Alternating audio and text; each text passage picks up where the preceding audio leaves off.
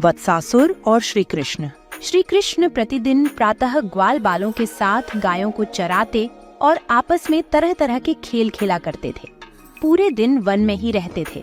संध्या होने पर गायों के साथ पुनः घर लौटते थे। दिन भर का सूनापन उनके आने पर समाप्त हो जाता था और बस्ती में आनंद का सागर उमड़ पड़ता था। दोपहर के पूर्व का समय था। श्री कृष्ण कदम्ब के वृक्ष के नीचे ग्वाल बालों के साथ खेल रहे थे। चारों ओर सन्नाटा था। सहसा श्री कृष्ण की दृष्टि सामने चरते हुए बछड़ों की ओर गई। उन बछड़ों के मध्य वे एक अद्भुत बछड़े को देखकर चौंक उठे। दरअसल वह कोई बछड़ा नहीं था, वह एक दैत्य था जो बछड़े का रूप धारण करके बछड़ों में जा मिला था। वह श्री कृष्ण को हानि पहुंचाने के लिए अवसर की प्रतीक्षा में था।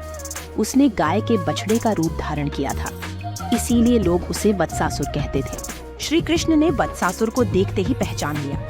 जो बिना नेत्रों के ही संपूर्ण भूमंडल को देखता है, उससे वत्सासुर अपने को कैसे छिपा सकता था। श्री कृष्ण वत्सासुर को पहचानते ही उसकी ओर अकेले ही चल पड़े। उन्होंने उसके पास पहुंचकर उसकी गर्दन पकड़ ली।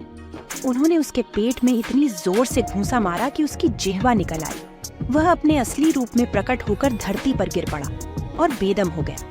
सभी ग्वाल बाल उस भयानक राक्षस को देखकर विस्मित हो गए। वे श्री कृष्ण की प्रशंसा करने लगे और जय कन्हैया के नारे लगाने लगे। संध्या के समय जब वह लौटकर घर गए तो उन्होंने पूरी बस्ती में भी इस घटना को फैला दिया। गोपों और गोपियों ने जहां श्री कृष्ण के शौर्य की प्रशंसा की, वहीं उन्होंने वत्सासुर से बच जाने की प्रसन्नता में ईश्वर के प्रति कृतज्ञता प्रकट की।